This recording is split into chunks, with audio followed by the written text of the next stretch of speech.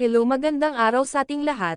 Ayan na nga at binubuhat na ang mga bato, na aming mini-mina at itatambak namin malapit sa gilingan para maumpisahan na ang paggiling ng nava namin. Kinailangan pa naming magbayad ng 15 na tao para mas mapadali ang pagbabuhat ng nava na galing pa sa loob ng tunnel. Tiis-tiisan lang ang buhay guys, para may pambili ako ng bigas at may maipadala sa family. 180 na sako ng nava lang ang nakukuha namin sa loob ng 2 buwan.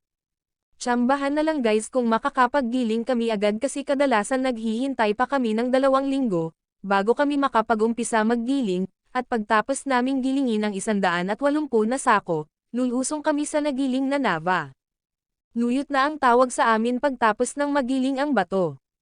Kaya panibagong processing na naman kailangan naming ibuhos ang luyot sa isang CIP para mababad siya ng 1 pang linggo. At sa unang babad, maglalagay kami ng 75 kilo ng cyanide.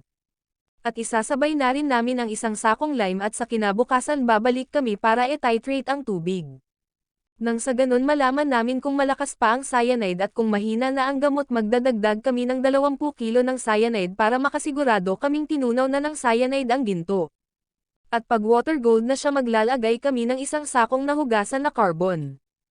Ang carbon kasi ang nagpipick up ng mga gold, at kinabukasan ipapatitrate namin ulit ang tubig na galing sa binababad naming carbon at pagkontento na kami sa grado ng cyanide maghihintay kami ng 3 pang araw bago namin harvestan ang ibinabad naming carbon.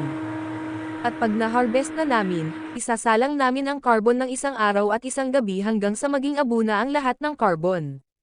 At pagkatapos panibagong process na naman ang pag-recover ng gold sa naabong carbon. Ang ash ng carbon ilalagay namin sa tinatawag naming gangi or banga. Isasalang namin ng 3 oras hanggang matira ang metal. Ayan, nabuo na ang metal. Panibagong process ulit kailangan naming tunawin ang metal gamit ang 1 acetylene. At pag natunaw na namin ang metal huhugasan namin ng 3 buti ng asido, at pagkatapos mahugasan, ilalagay na naman namin sa tinatawag naming gangi ang nahugasang metal nang sa ganun mawala na ang dumi na pwedeng makasira sa kintab ng ginto, at magpababa ng presyo. Pag marumi kasi ang ginto tiyak na mababa din ang pagbili ng buyer, kaya kailangan talaga ng asido para kaaya-aya ang kintab nito. Pag malinis ang ginto mas mahal ang kanilang pagbili sa ginto. At ang huling process ibabalik namin sa gangi ang nahugasang metal para maging final na ginto na ito.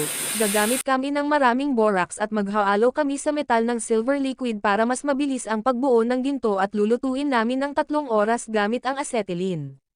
Maraming salamat guys, sana nagustuhan nyo itong buhay naming mga miners, at yung matitira sa sweldo ko, yun naman ang ibibigay kong tulong sa mga pulubi sa Baguio City. Abangan nyo ang masweteng matutulungan natin, sana masuportahan nyo ako guys, please like, share and subscribe.